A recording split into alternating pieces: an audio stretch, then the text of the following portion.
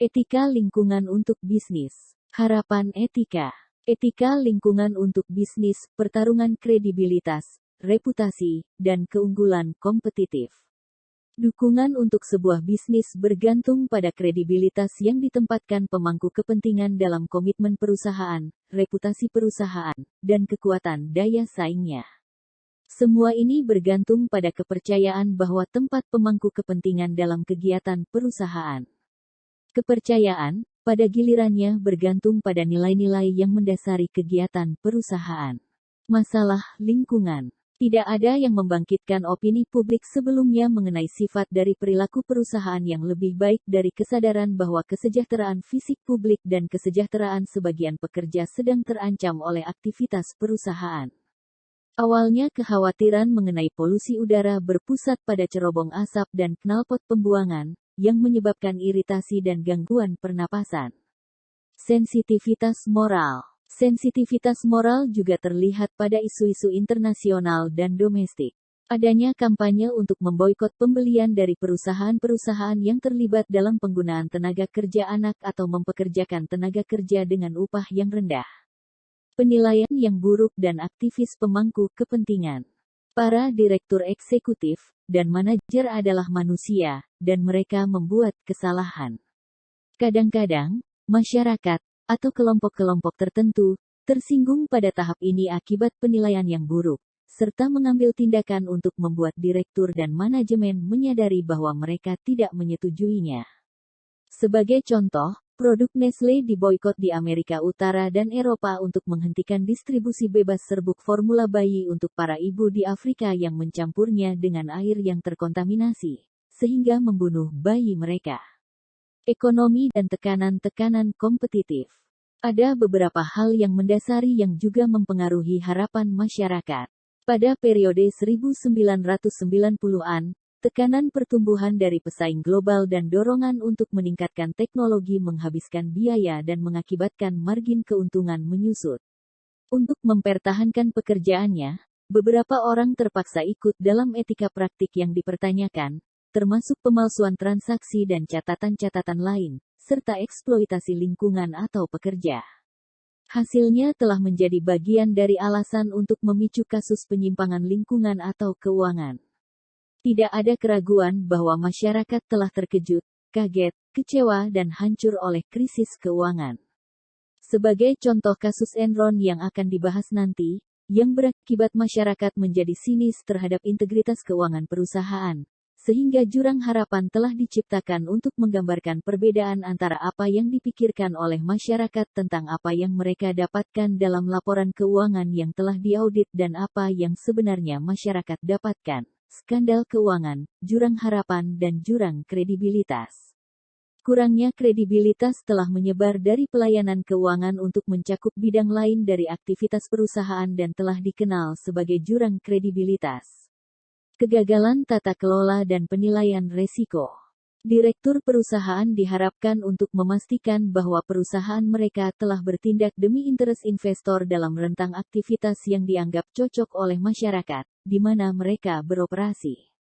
Akan tetapi, dalam kasus Enron, WorldCom, dan kasus-kasus lainnya, pengawasan oleh direktur perusahaan gagal mengetahui keserakahan eksekutif, manajer, dan karyawan lainnya. Reformasi tata kelola dianggap perlu untuk melindungi kepentingan umum, di mana direktur diharapkan untuk menilai dan memastikan bahwa resiko yang dihadapi oleh perusahaan mereka telah dikelola dengan baik. Sinergi di antara faktor-faktor dan penguatan kelembagaan. Hubungan di antara faktor-faktor yang mempengaruhi ekspektasi masyarakat atas etika kinerja telah diidentifikasi, tetapi tidak diketahui sejauh mana hubungan tersebut saling memperkuat satu sama lain dan menambah keinginan masyarakat untuk bertindak. Kesadaran masyarakat berdampak pada politisi yang bereaksi dengan menyiapkan undang-undang yang baru atau mengetatkan peraturan. Akibatnya, banyak masalah membawa kesadaran masyarakat dalam penguatan kelembagaan dan kodifikasi pada hukum yang berlaku. Hasil. Secara jelas, harapan masyarakat telah berubah untuk menunjukkan menurunnya toleransi, meningkatkan moral, kesadaran, dan harapan yang lebih tinggi dari perilaku bisnis. Dalam merespons meningkatnya harapan-harapan ini, sejumlah pengawas dan penasihat telah muncul untuk membantu atau mendesak masyarakat umum dan bisnis. Harapan baru untuk bisnis. Mandat baru untuk bisnis. Milton Friedman sendiri mengungkapkan pandangan bahwa keuntungan harus diperoleh berdasarkan undang-undang dan etika kebiasaan masyarakat. Untuk alasan ini, mandat keuntungan murni bagi perusahaan kemudian berkembang pada pengakuan ketergantungan bisnis dan masyarakat. Keberhasilan masa depan akan bergantung pada sejauh mana bisnis dapat menyeimbangkan keuntungan dan interes pemangku kepentingan. Tata kelola dan kerangka kerja akuntabilitas yang baru. Berdasarkan analisis ini, perusahaan-perusahaan sukses akan dilayani dengan sangat baik oleh mekanisme tata kelola dan akuntabilitas yang berfokus pada sebuah kumpulan hubungan fidusia yang berbeda dan lebih luas dibandingkan dengan masa lalu. Peranan fidusia yang diperkuat bagi akuntan profesional. Loyalitas pada manajemen dan/atau direktur dapat menyesatkan karena mereka telah sering terbukti sangat mementingkan diri sendiri dan tidak dapat dipercaya. Direktur yang seharusnya mengatur manajemen sering mengandalkan akuntan profesional untuk memenuhi tanggung jawab fidusia mereka. Konsekuensinya, tanggung jawab fidusia utama dari akuntan seharusnya kepada masyarakat atau untuk kepentingan umum. Manajemen berdasarkan nilai, reputasi dan risiko.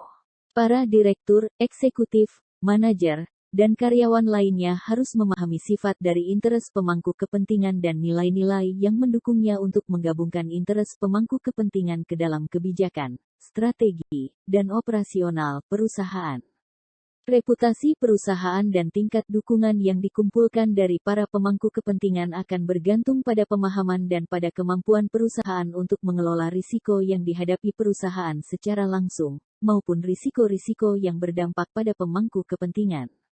Akuntabilitas. Kekurangan integritas seringkali ada pada laporan-laporan perusahaan karena tidak mencakup beberapa hal atau permasalahan. Demikian juga, laporan tersebut tidak selalu memberikan presentasi yang jelas dan seimbang bagaimana kepentingan pemangku kepentingan akan terpengaruh pada laporan-laporan itu. Terkadang permasalahan akan disebutkan, tetapi dengan cara yang dangkal atau tidak jelas sehingga kurangnya transparansi akan membuat pemahaman pembaca menjadi samar. Akurasi, atau gambaran yang tepat, tentu saja merupakan dasar untuk memahami fakta-fakta yang mendasarinya. Etika perilaku dan perkembangan dalam etika bisnis. Pendekatan filosofis untuk etika perilaku. 1. Filsuf Yunani, Aristoteles, berpendapat bahwa tujuan hidup adalah kebahagiaan. 2. Filsuf Jerman, Immanuel Kant, berpendapat bahwa orang-orang beretika ketika mereka tidak memanfaatkan orang lain demi kesejahteraannya. 3. Filsuf Inggris, John Stuart Mill, menyatakan bahwa tujuan hidup adalah untuk memaksimalkan kebahagiaan dan/atau untuk mengurangi ketidakbahagiaan. 4. Filsuf Amerika, berpendapat bahwa masyarakat harus diatur sehingga ada distribusi yang adil atas hak dan manfaat. Konsep dan persyaratan etika bisnis. Ada dua perkembangan. 1. Konsep pemangku kepentingan adalah kepentingan orang-orang ini dengan pengaruh dalam bisnis. 2. Kontrak sosial perusahaan adalah hubungan antara perusahaan dan masyarakat. Pendekatan untuk pengambilan keputusan etis. 1. Pendekatan analisis praktis Modified Five-Question Approach, yang menantang setiap tantangan kebijakan yang diusulkan. 2. Pendekatan standar moral termodifikasi Modified Moral Standard Approach, yang berfokus pada 4 dimensi dampak dari yang diusulkan. 3. Pendekatan pastin termodifikasi Modified Pastin Approach, yang memperluas pendekatan moral standar dengan mempertimbangkan secara khusus budaya di dalam perusahaan dan apa yang dikenal sebagai permasalahan umum. Etika lingkungan untuk akuntan-akuntan profesional. Peran dan perilaku. Akuntan profesional harus memastikan bahwa nilai-nilai etika mereka mutakhir dan bahwa mereka disiapkan untuk bertindak pada nilai-nilai tersebut untuk menguji peran mereka, serta untuk menjaga kredibilitas dan dukungan untuk profesi. Tata kelola.